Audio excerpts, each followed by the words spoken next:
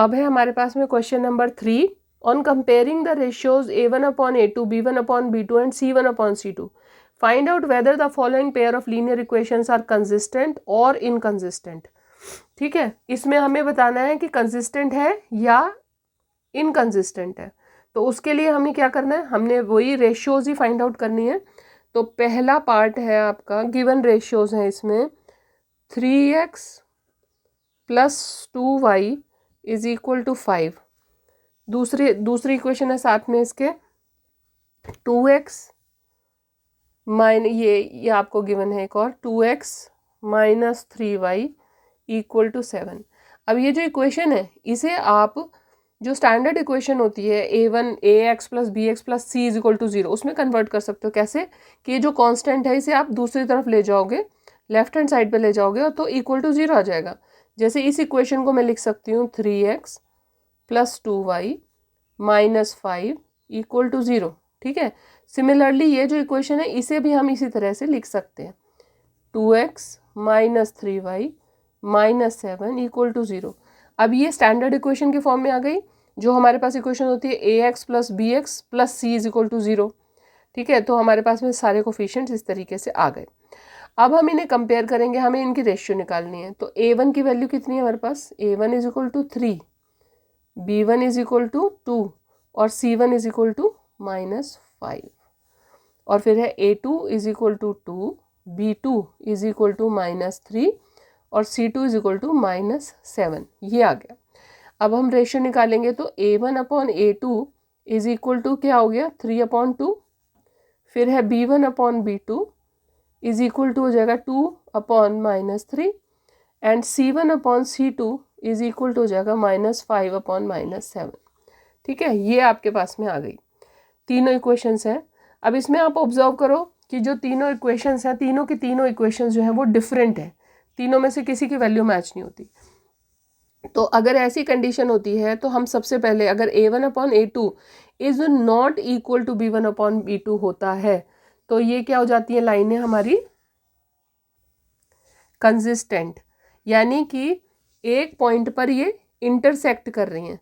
जब a1/a2 is not equal to b1/b2 है तो दैट मीन्स इक्वेशन जो है वो क्या है, वो कंसिस्टेंट है। कंसिस्टेंट का मतलब, कंसिस्टेंट पेयर ऑफ इक्वेशन का मतलब जो कि एक सिंगल पॉइंट पे इंटरसेक्ट करती हैं और उनका एक यूनिक सॉल्यूशन होता है। तो यहाँ पर हम लिख देंगे इसको कंसिस्टेंट, या फिर हम कहेंगे इसको इंटरसेक्टिंग भी कह सकते हैं। तो ये होगी कंसिस्टेंट। हमारा जो आंसर आया इसके लिए आया कंसिस्टेंट। ठीक है, सेकेंड पार्ट है आपके पास में 2x -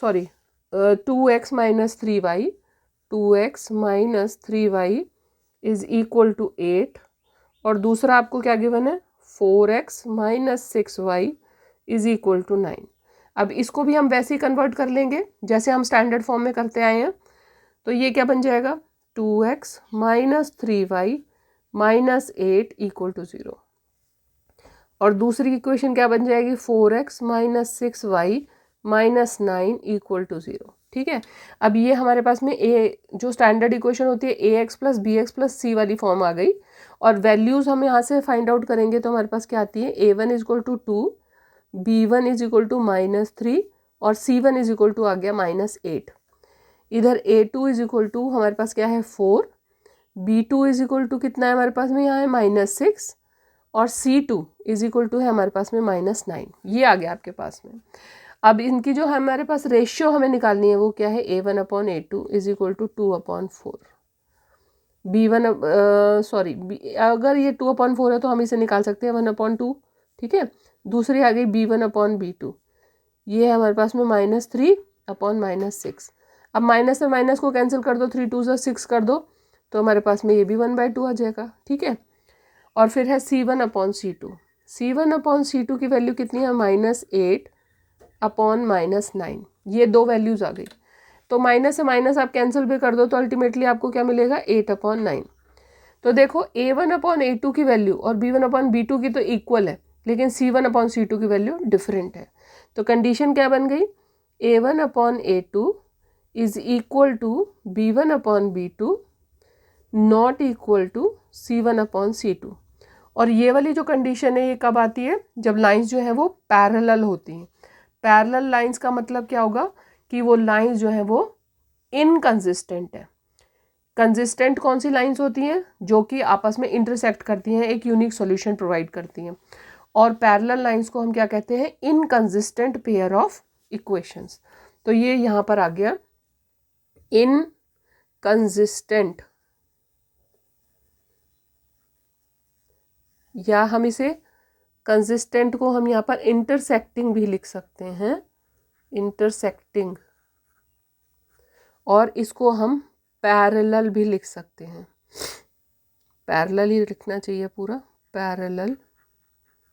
इससे आपको समझ में आ जाएगा कि आपको कंफ्यूजन नहीं होगा कि कौन सी लाइन आपकी कंसिस्टेंट है और कौन सी आपकी इनकंसिस्टेंट है। ठीक है, तो अब है हमारे पास में थर्ड पार्ट।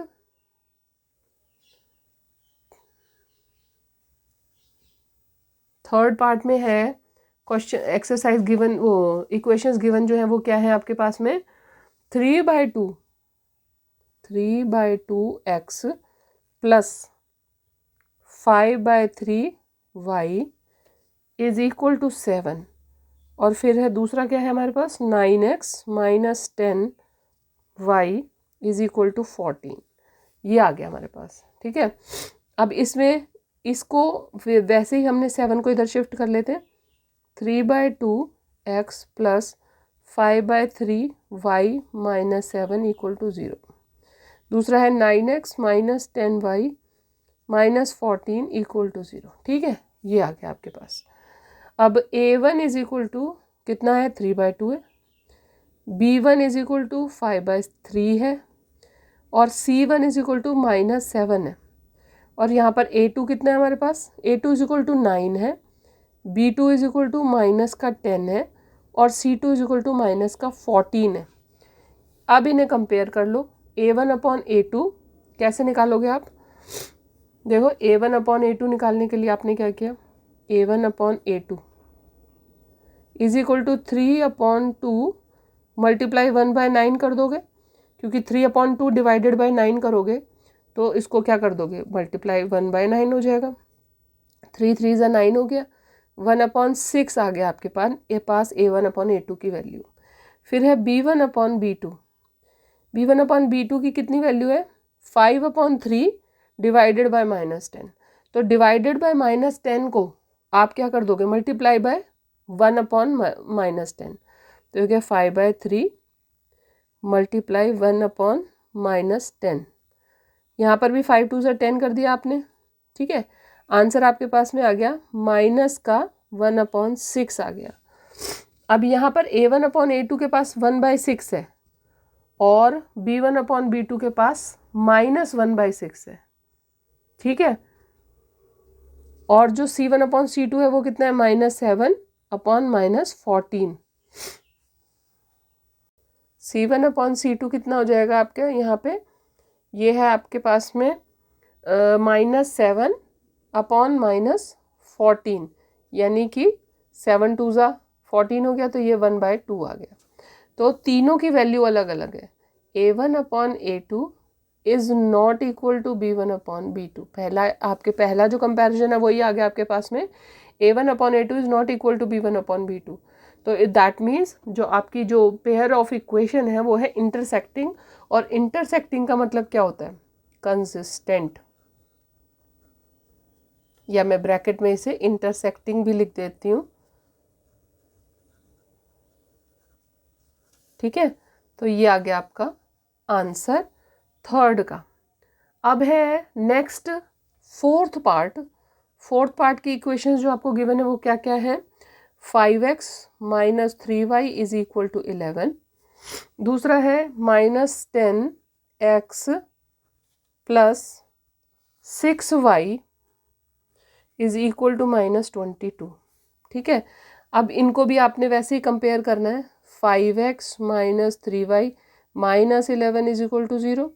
और इस इक्वेशन को भी -10x प्लस 6y माइनस का -22 है, यहाँ आकर +22 बन जाएगा इक्वल टू 0। ठीक है, ये आ गया आपके पास।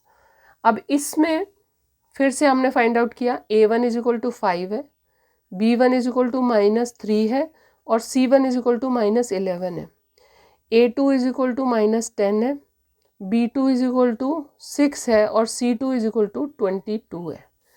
कंपेयर करेंगे इनको, A1 upon A2 is equal to कितना बनेगा, 5 अपॉन -10, 5 अपॉन -10 कैंसिल करने के बाद हमें मिला माइनस का 1/2। फिर है B1 upon B2 is equal to -3 upon 6, इसको भी कैंसिल कर लो, 3 2 6 -1/2। और फिर है C1 upon C2 is equal to -11 upon 22, तो 11 2 से 22 हो जाता है, तो ये भी आपके पास में आ गया -1/2। अब ये तीनों जो हमारे पास में रेशियोज हैं ये इक्वल है, A1 upon A2 equal to B1 upon B2 equal to C1 upon C2। तो यहाँ पे हमने लिख लिया A1 upon A2 is equal to B1 upon B2 is equal to C1 upon C2। ठीक है, ये तीनों इक्वेशन जब तीनों रेशियोज जब बराबर हो जाती हैं तो हमारे पास में क्या आता है आंसर, हमारा जो आंसर है वो आता है कोइंसिडेंट। कोइंसिडेंट का मतलब होता है कि इसके इनफाइनाइटली मैनी सॉल्यूशंस होते हैं, या जो कोइंसिडेंट होता है उसको हम dependent consistent pair of equation भी कहते हैं। ठीक है, तो ये हो गया आपका कंसिस्टेंट। ठीक है, या इसको हम कोइंसिडेंट भी कहते हैं। ये हो गया आपका आंसर फोर्थ पार्ट का। अब है फिफ्थ पार्ट। फिफ्थ पार्ट का एक्स इक्वेशन है 4/3x plus 2y is equal to 8, और दूसरी इक्वेशन क्या है 2x plus 3y is equal to 12। ठीक है, अब इसमें भी हमने वही सिमिलर प्रोसेस है, 4/3x plus 2y minus 8 is equal to 0, और ये हो गया 2x plus 3y minus 12 is equal to 0। इसमें हमने ले लिया A1 is equal to 4/3, B1 is equal to 2 और C1 is equal to -8, A2 is equal to 2, B2 is equal to 3 और C2 इज इक्वल टू -12। ठीक है, ये आ गया हमारे पास। अब इनको कंपेयर करेंगे हम रेशियो बनाकर, A1 अपॉन A2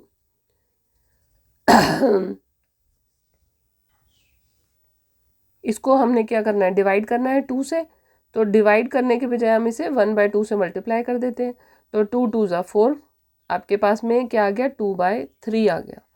फिर नेक्स्ट है V1 upon B2 is equal to कितना आएगा 2/3 आया, और फिर C1 upon C2 is equal to -8 upon -12, तो देखो -8 से -12 कट गया, और 4 2 ज़ा 8 और 4 3 ज़ा 12, तो ये भी हमारा आंसर इसका भी कितना आ जाएगा 2/3 आ जाएगा।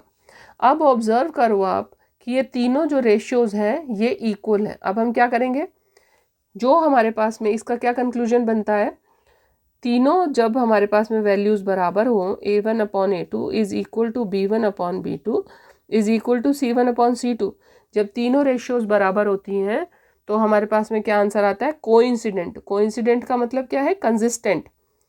कंसिस्टेंट, तो आपका आंसर आ गया कंसिस्टेंट, और इसमें आप लिख सकते हो यहाँ पे कोइंसिडेंट।